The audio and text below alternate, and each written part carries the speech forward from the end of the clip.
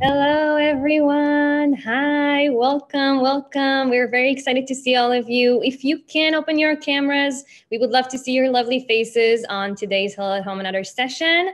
We're very excited about this session in partnership with UGA Hillels of Georgia. And before we start, I just want to remind everyone this session is being recorded and live streamed on Facebook. So if you're here or if you're watching from Facebook, hello and thank you for joining us. I would like to tell you that if you have any questions during the session, we would like if you can message More say hi. Perfect. And she, when we get to the Q&A section, she will tell you to unmute yourself and you can ask your own question to Tair. So without further ado, I want to pass it to Rachel and Eden from Emory and DePaul to start us off and do the introduction. Hi everyone, my name is Eden. Pronouns are she, her. I'm currently a third-year student, undergraduate at Emory. I'm studying international studies and quantitative science.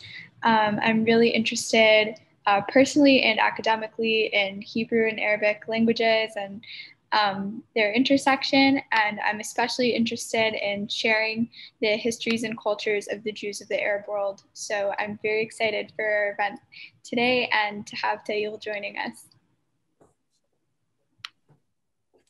Hi everyone, my name is Rachel and I am a senior at DePaul University, and I'm also co-president of DePaul Hillel, and I'm very interested in diversity and inclusion. I am a Latinx woman, and so this is really awesome to see such a powerful woman doing something that is making huge changes and stuff. Now I'm gonna go ahead and introduce Tair. So Tair Haim is a Yemenite Israeli singer-songwriter, lead singer, and founder of the internationally acclaimed group AWA, who took the music world by storm with the mega hit Habib Kalbi, followed by millions of views, numerous world tours, and great appearances in sessions such as Tiny Desk, South by Southwest, New York Times, and more. Now she returns with a much anticipated solo debut, blending her Yemenite heritage with current hip hop sounds, and Tair creates a unique ethnic identity dripping with style and essential playlist beats. Welcome, Tair. Welcome. Hi. Do you hear me? Yeah, okay. Yes. Hi, everyone. I'm so excited to be here with all of you today. This is Michael Meital on the guitar. We will start with a short presentation that I made for you, and then we will hear some music. You will ask me some questions, and we're going to have lots of fun. So let's start.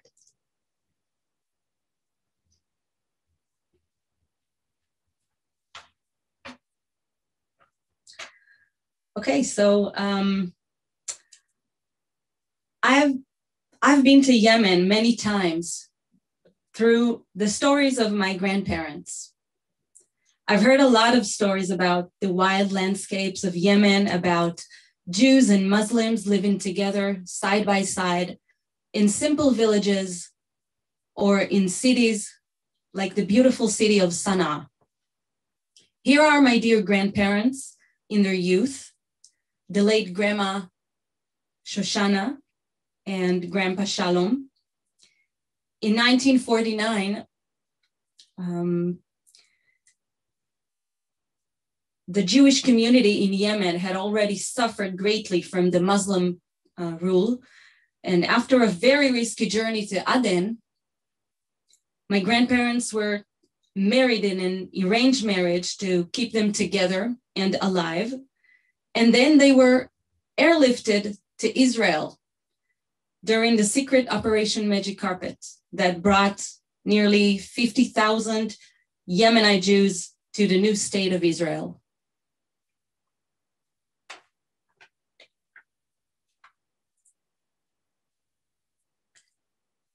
It was a fresh start for my grandparents. They had to learn a new language in a new environment with new rules. The Israeli government placed them with other refugees from Arab countries in transit camps called ma'abarot. And they had to adapt to the new place. So they began to speak Hebrew and adopt new habits. And in the process, they experienced mixed emotions about their identity and their belonging to the new place. In this photo, this is my childhood in Shacharut. Here are my siblings and I, a second generation of Yemenite immigrants. I grew up in the small village of Shacharut in the southern Arava Valley. And the landscape of my childhood is a beautiful desert that reminds me of the desert landscapes in Yemen.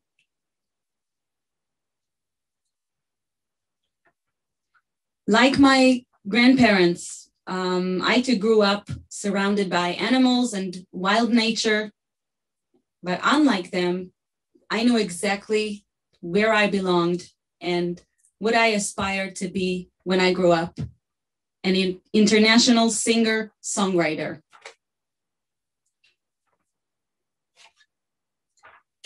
I was drawn to Yemenite music from the first moment that I heard it at the traditional henna ceremony, the engagement ceremony that comes before the wedding.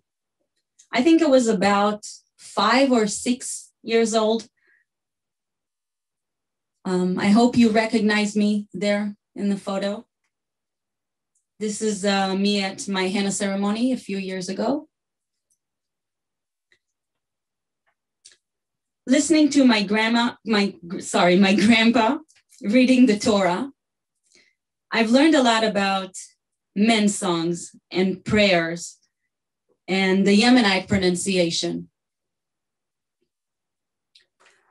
And from listening to my grandma singing secular folk songs and listening to Yemenite singers such as the great Ofra Haza, I've learned a lot about the oral tradition of women's songs.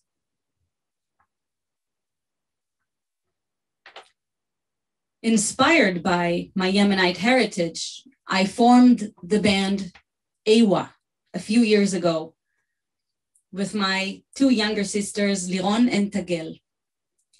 Our debut album, Habib Galbi, is based on Yemenite folk songs, and our second album, Baiti Firasi, deals with our great-grandma's immigration story. I performed with Ewa all over the world at big festivals and great clubs. As you can see here, I really love performing and how music connects people and transcends all cultural and language barriers.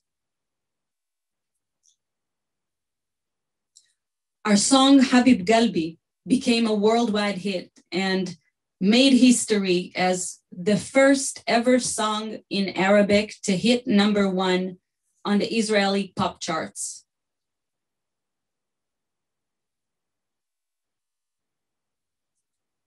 These days, I'm working on a new and exciting solo album.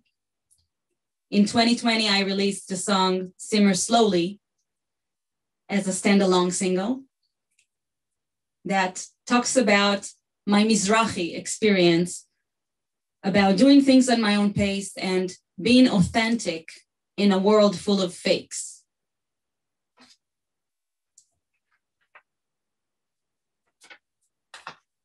Well, thank you so much for being here. Hi. I hope you liked my short presentation. Michael, should we play a song? Let's play. Okay, Habib Galbi, the acoustic version.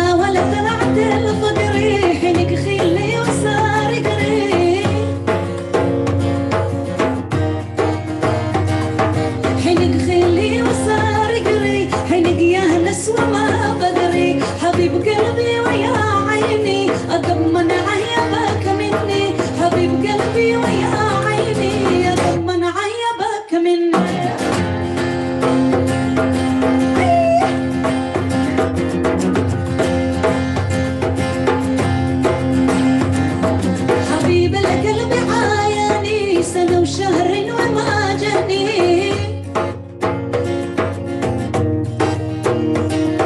حبيب القلب عايني سنة وشهر وما جاني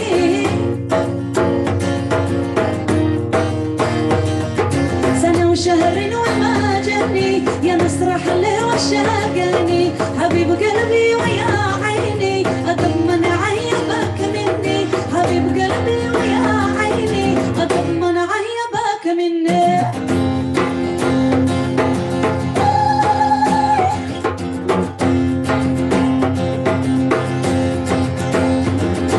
لما نشكي ويفهمني لما نبكي ويرحمني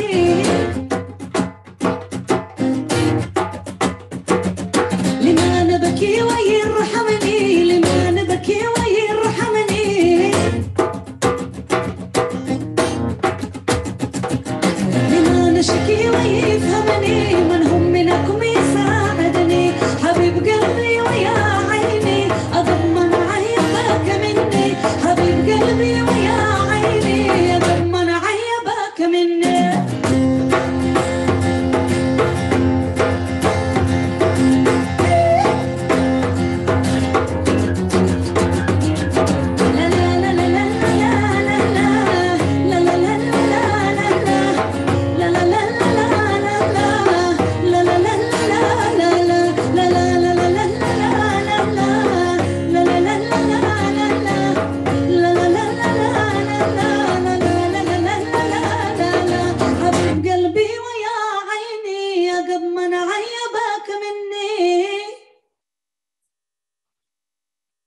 Thank you.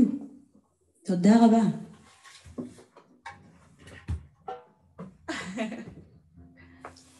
I hope you're having fun so far.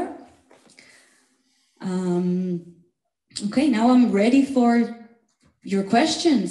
Go ahead and ask me anything you want.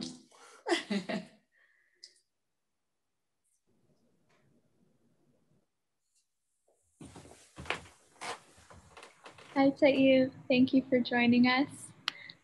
My question for you has to do with the experiences of generations of Mizrahi Jews, and specifically that for many of us, we're arriving at a point in time when our great-grandparents or grandparents are the last ones to have living memory of what life was like living in Arab countries.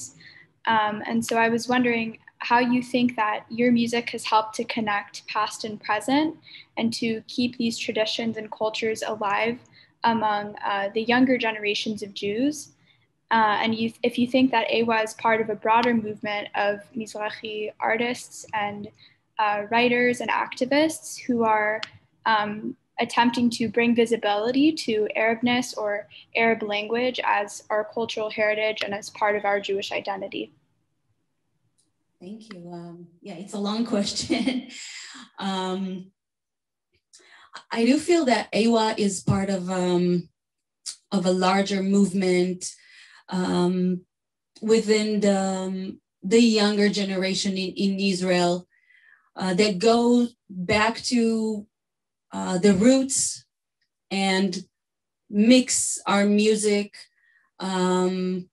with, Yemenite with other influences, or Egyptian with other influences, or Iraqi music. And I think it is very important because, as you said, our grandparents, my grandparents are no longer alive. So, it's a generation that goes. And I think my music really helps preserve this beautiful culture and reminds the younger generation where we came from. It is very important to know where you came from.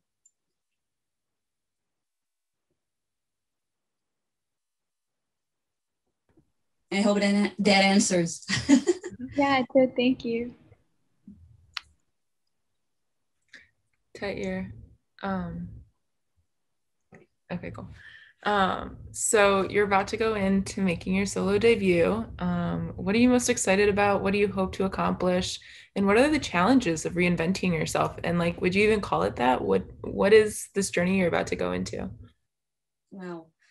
I'm very excited about this solo project because it's like, it's not like starting over, but it feels very fresh, a new beginning. But I already have so much experience. I played live shows all over the world, and I feel like I'm at a very good place now as an artist and as a person. I've grown so much, and I know exactly how I want my sound to be like. I'm still gonna mix Yemenite and Hebrew and English, and because that's this it has always been my passion, of course. And so yeah, I'm really happy about this new journey. I have a new vision of how I want things to sound, about how I want things to look like. And the challenges are, this global pandemic is, we're all affected by it, obviously. But what I try to do is to mute all the noises outside and to really focus on what I want to say to the world, good messages of love and bringing people together. Yeah. Can't wait to share something new with you guys. Awesome. We can't wait either. Thanks.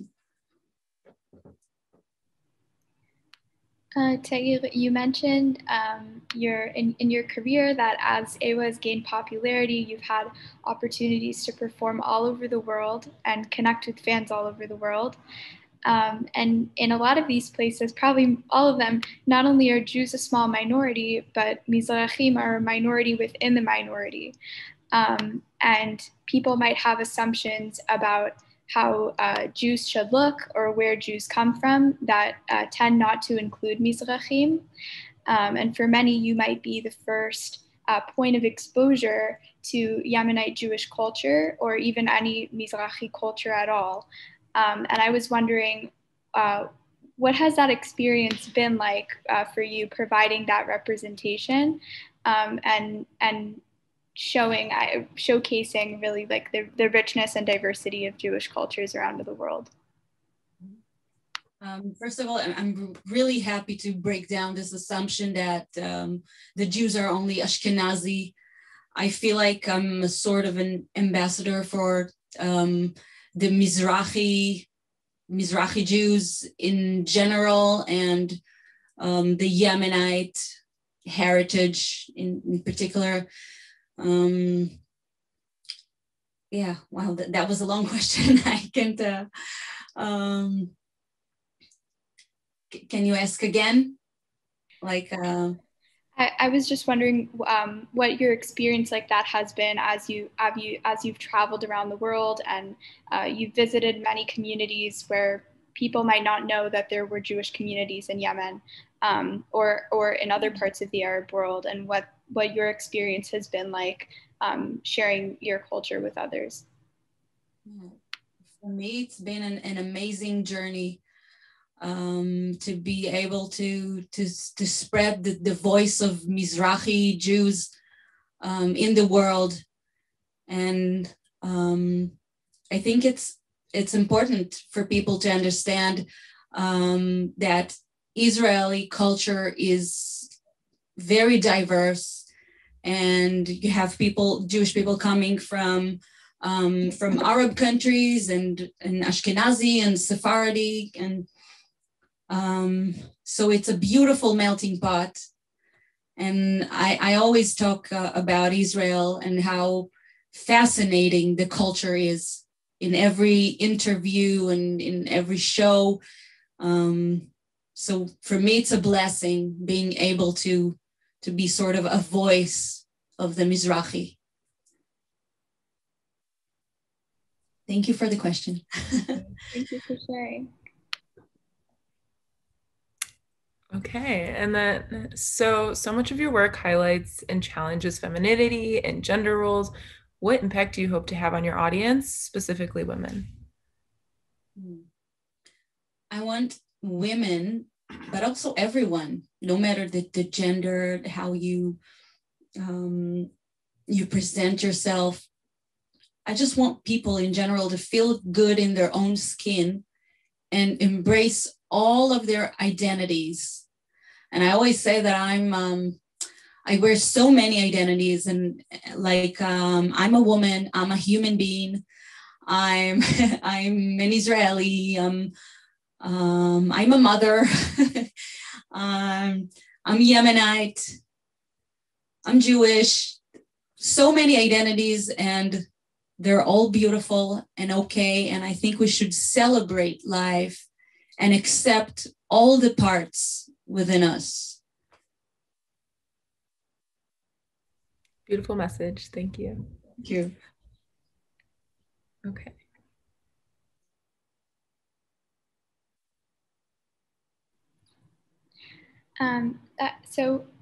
Another question I had is, many times when Mizrahim are discussed in Western spaces, it's in the context of the refugee crises or poverty or other forms of oppression. But your music is not just about those traumas, it's also about the joy and the richness of different Mizrahi cultures and identities and histories. And I was hoping if you could talk a little bit about how your music has helped you to connect with that joy and share that with others. Yeah, my music is mostly about sharing the greatness and the beauty of this culture, Mizrahi culture and Yemenite culture. I think, the beautiful melodies, the beautiful rhythms that I can't stand still when I hear a Yemenite rhythm, the costumes, the ceremonies, so many beautiful things that I really try to focus as much as I can about them, to put the focus on the good things and the richness of this culture. But also it is important to talk about the traumas as well, and to protest about, things that my grandparents couldn't say. I feel like I'm their voice in a way.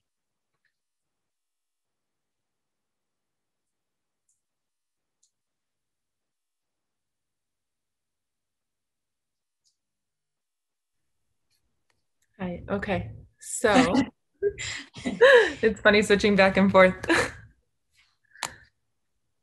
Okay. So, oh gosh, sorry. I just lost my spot.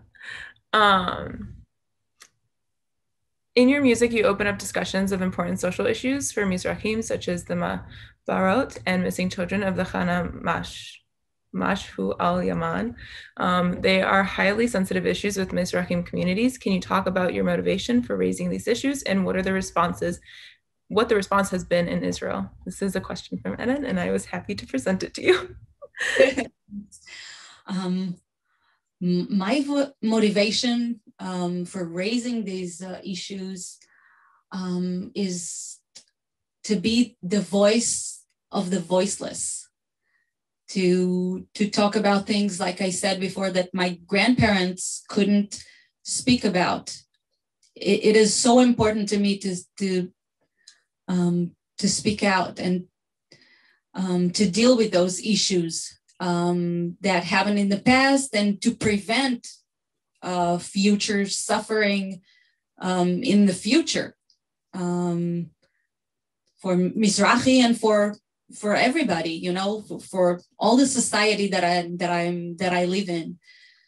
So it is very important for me to use this platform, my music, to talk about these issues, even though, you know, they're really sensitive, like you said, living in the Ma'abarot, the refugees in harsh conditions. And there were many stories about kidnapping kids from the Ma'abarot. It's crazy to think about this. So for us, for me, it is really, it's important to talk about those issues, to raise the awareness. And I don't know. I think I answered that, yeah.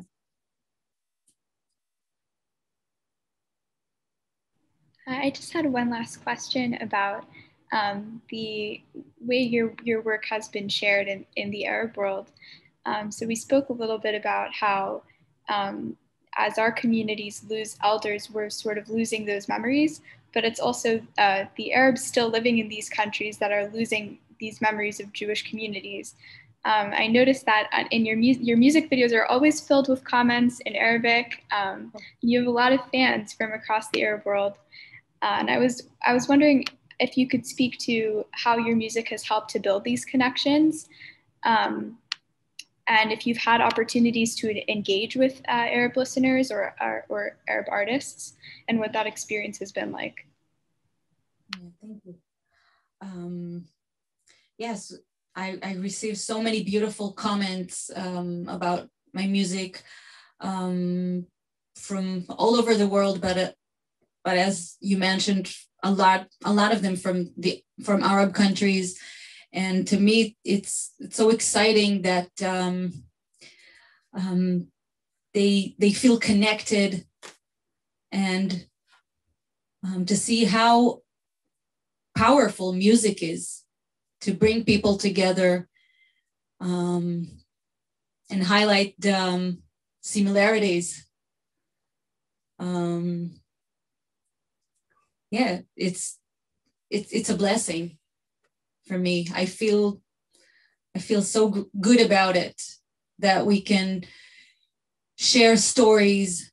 You know, I met a lot of Yemenite students that live now in Europe. They left Yemen, and they came to our shows, to AWA shows, in, I don't know where we were in Paris or everywhere. And it was so amazing to share stories of our grandparents, and I don't know, feel like we're all humans, you know?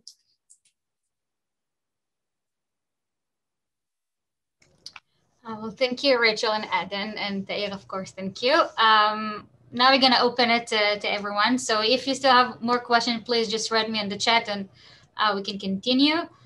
So Brian Vilnick, if you would like to unmute yourself and ask your question.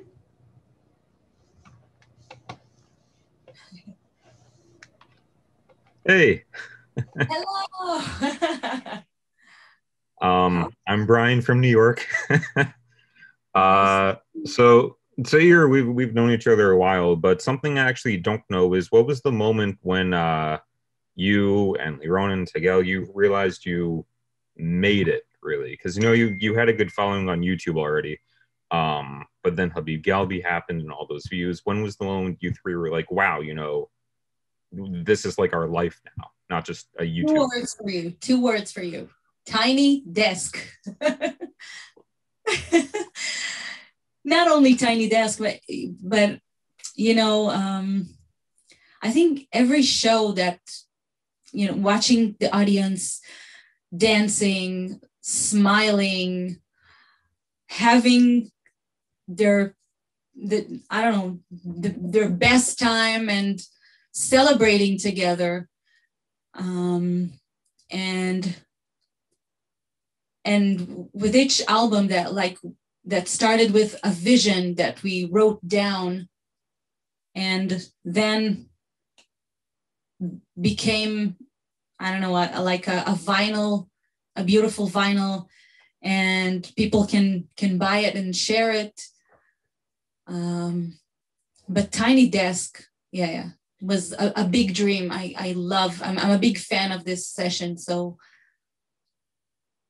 that's the best answer, I guess. Thank you, Brian. The next question are actually from Facebook, from the Facebook Live. So I will ask them because they're not really able to ask them. So the first question is, what music are you enjoying listening to lately? Lately? Wow. The new song of Anderson .Paak and Bruno Mars. I hear a lot of classical music to calm myself down. And because my son really loves it, he's 1 year old. So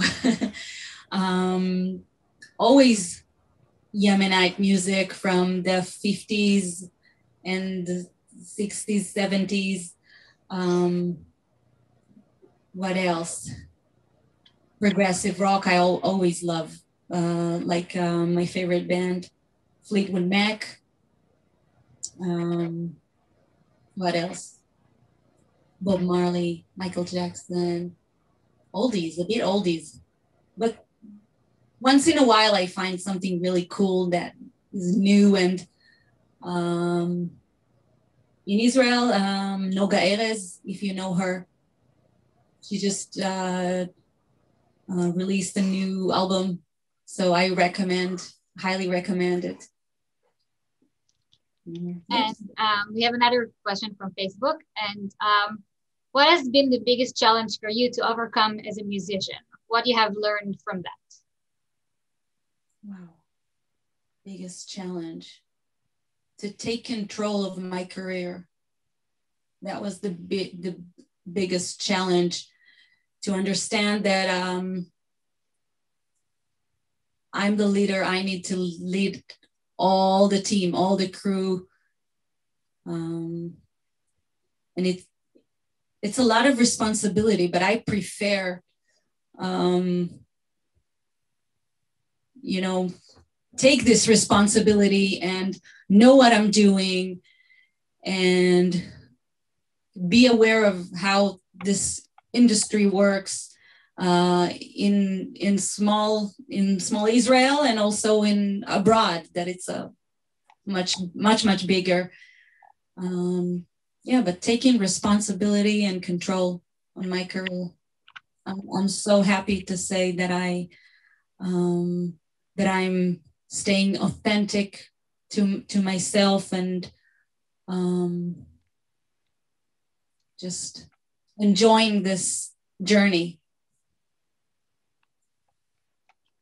And the next question is from a participant that we have here on the Zoom. So Robert Daniel Ben Shimon, if you would like to unmute yourself and ask a question.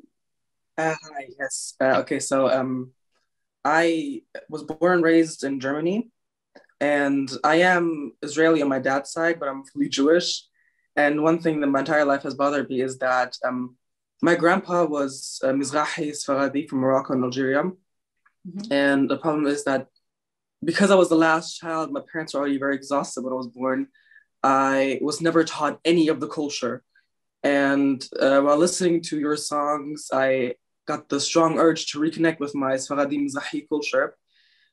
And I was wondering if you knew of a way for me to start doing that, because I would ask my dad, but he lives in Israel again while I still live here in Germany, so it's very hard. Wow. First of all, thank you so much. I'm so happy to hear that you enjoy my music and you explore Mizrahi music through AWA. what was the question again? Do you want another recommendations, like music, or can you ask again, please? So my question was if you knew of a way for me to reconnect with my Mizrahi Sfaradi heritage, because it's been lost, sadly. Yeah. There are cool websites that that collect many piyutim, if you know the term, like chants. And they're so beautiful, like chants from all life circle, like Sephardi or Moroccan chants for the wedding celebration, or for I don't know, for holidays, for Jewish holidays. So I'll send you guys some links, and I'll send Mol some links, and she will transfer them to you. This is why I recommend, and try to find more artists, young artists that, like I said, there's a beautiful movement in Israel, in the music scene here in Israel, of great artists that go back to their family roots and mix them with electronic beats and stuff. So you should listen to Neta El Kayam and Shai Tzabari. What else? Who else? There are many great artists. Thank you for the question. Hi, Daniel Groth, you're the next person to ask your question. So please unmute yourself and join us.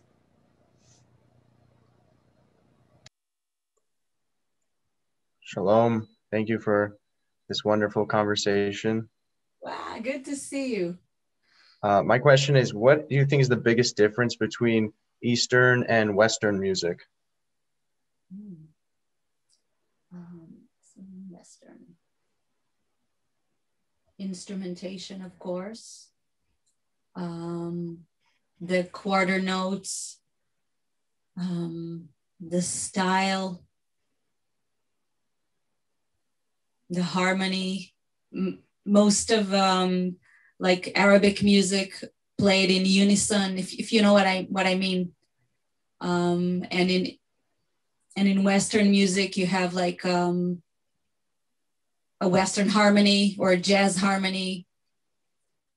What we did in Ewa, for instance, we sang in harmony, 3 voices, and it's not something that that was in Yemenite music.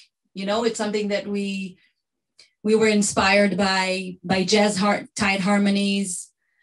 So we sang like the folk Yemenite song in harmonies, and this is like a one way to integrate the 2 styles, genres. What else? You have beautiful instruments in Arabic music, such as the oud, if you know the oud, and sitar, and what else? Michael, if you have some ideas. All the flutes, Arab flutes. Saz, baglama. What else? It's very soulful. Eastern music is very soulful. A lot of Mizrahi folk songs and prayers and chants.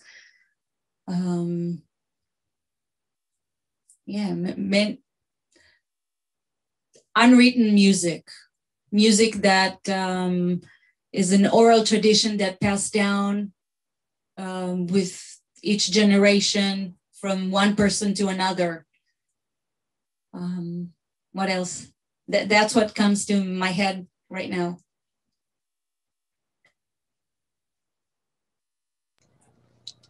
And I guess we'll go for the next question. The next question is, did you find in your research, in the research of Yemenite music, a special place for the Yemenite woman?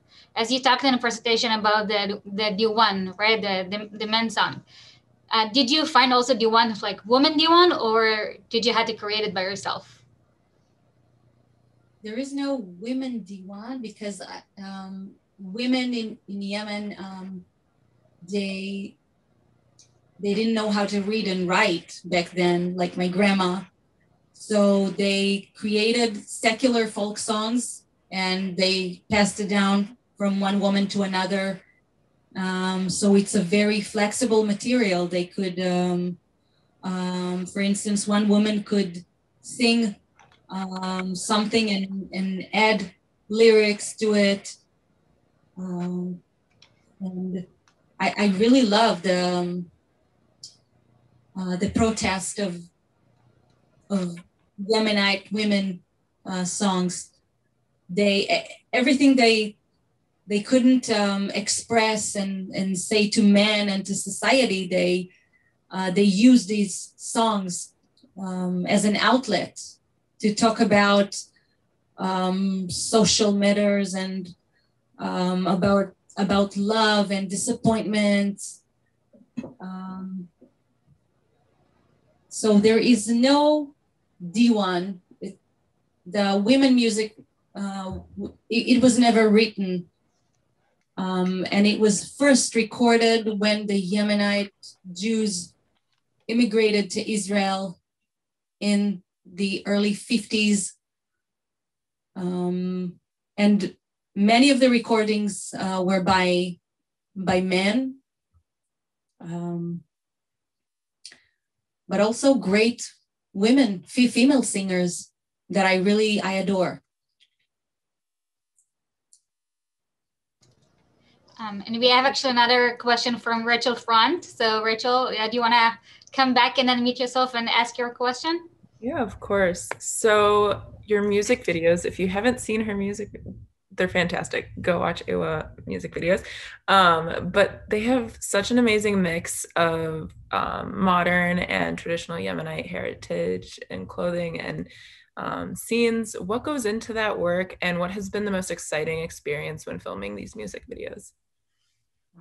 I love shooting music videos because it starts with a vision board. Okay, I will tell you my secrets, but I use like Pinterest and with Ewa, for instance, we collected many photos and inspirations for the clothing, for positions, for how the dancers should look like.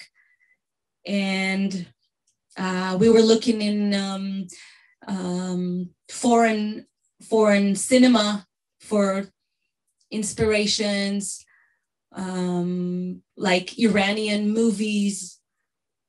And it's a lot of fun, really. It's a lot of fun to come up with an idea and to tell a story in a video, in a short video. It's really, I love it so much.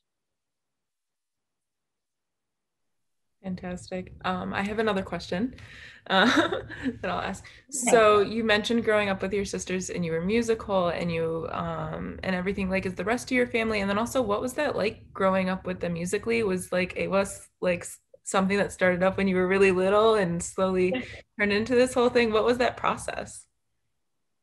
Yeah, we are all very musical. We are 6 siblings. I'm the oldest, and we all sing, dance, and play instruments. But with Liron and Tagel, we were always very close to each other. And as little girls, we performed together and separately. So we always laugh about it, that Ewa has started many years ago when we were little, and we, you know, it's amazing that we've gotten so far. Amazing. Thank you for sharing. Thank you. Thank you, everyone. I can't believe it's almost time to finish. So I want to start to closing up and to say, as Israeli Yemenite Jew, I think that I was always have felt the need to, like, everyone basically who was willing to listen, to tell about the Yemenite culture, if it's because it's part of my identity, if it's because it's my passion. And I think this Yemenite Jewish culture is so rich and so old and Asian that have so much aspect to it. And I really, really encourage anyone and every one of you to go and search about your own culture, to study about your own identity. We all have so many different pieces of identity that part of us. We talk about intersectionality all the time in this modern time. So I really encourage you all, go and ask and find out and ask the questions, trying to figure out what's your roots, how your roots is implied for your life today. I know that my Yemenite heritage is basically the way that I grew up. If it's a tradition, if it's the music, if it's the clothes, the food, it's everything surrounded. And when you ask me to describe myself, if I'm more Jewish, more Israeli, more Yemenite, I really don't know what to choose because I really am all part of this. So really thank you everyone who joined up. Thank you Tair, and Rachel and Eden for taking your time to help me and work on this event. And I will lead now to speak the floor to Eden. Eden? Hi, thank you all so much. Thank you, Tail, for a great presentation and for the song in the beginning. I'm sure everyone enjoyed it here on Facebook. Thank you, Mol, the Israel Fellow at UGA, for organizing this program in general and for moderating with Rachel and Eden. And thank you, everyone, for joining us for another Hillel at Home session. It was wonderful to have you. I'd like to remind you to check in the Hillel at Home website, just because we have other events coming up for the Yamim next week, and we would love to see you again. So thank you all very much and have a good evening.